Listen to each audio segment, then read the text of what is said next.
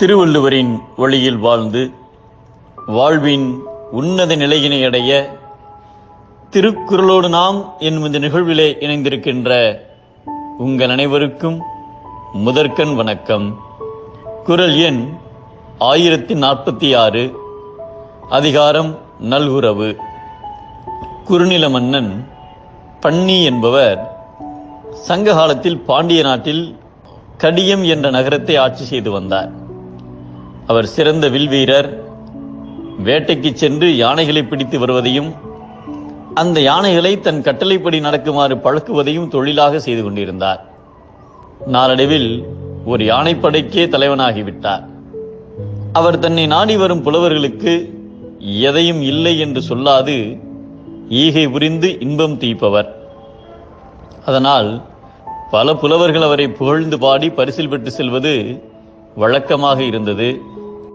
மன்னரின் வீரத்தையும் ஈகை திறத்தையும் கேள்விப்பட்ட புலவர் பெருந்தலை சாத்தனார் ஒரு நாள் கடியம் நகரத்திற்கு வந்தார். மன்னரை கண்டு உளமாற பாராட்டினார். அச்சமயத்தில் மன்னர் தான் பிடித்து வந்திருந்த யானைகளுக்கு போர் பயிற்சி கொடுத்து கொண்டிருந்தார். அதனால் புலவரின் பாராட்டுதலை கேட்டும் அதை பொருட்படுத்தாமல் தனது கடமையில் கவனம் செலுத்திக் கொண்டிருந்தார். இதனால் புலவர் மிகுந்த சீற்றம் கொண்டார். புலவர் உடனே அவ்விடத்தை விட்டு எழுந்து, மன்னா, மூவேந்தர்களே என்றாலும் பரிசு பொருட்களை உள்ளன்போடு கொடுக்காமல் புலவர்கள் தங்கள் வறுமையை போக்க பாடி பரிசில் கேட்பவர்கள் கொடுக்காவிட்டால் பழிப்பார்கள் என்று நினைத்து கொடுத்தால் அதை விரும்பவும் மாட்டோம், வாங்கவும் மாட்டோம். இருக்கும் வறுமையே எங்களுக்கு பெருமை என நினைப்போம். நீ புலவர்கள் மீது மிகவும் அன்புடையவன் என்று பலரும் சொல்ல கேட்டு வந்து உன்னை பாராட்டினேன். ஆனால் நீயோ என் பாராட்டுதலுக்கு செவி சாய்க்கவில்லை.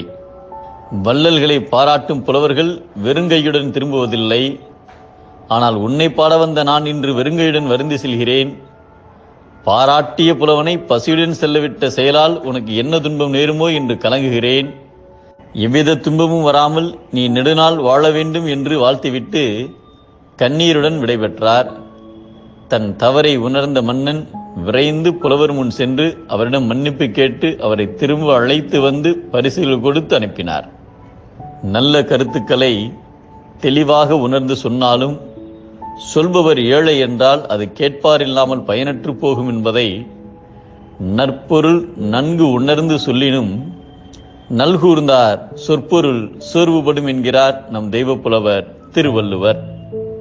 ஏழையின் சொல் அம்பலம் ஏறாது, உயர்ந்தோர் சொல்லே உலகம் ஏற்கும்.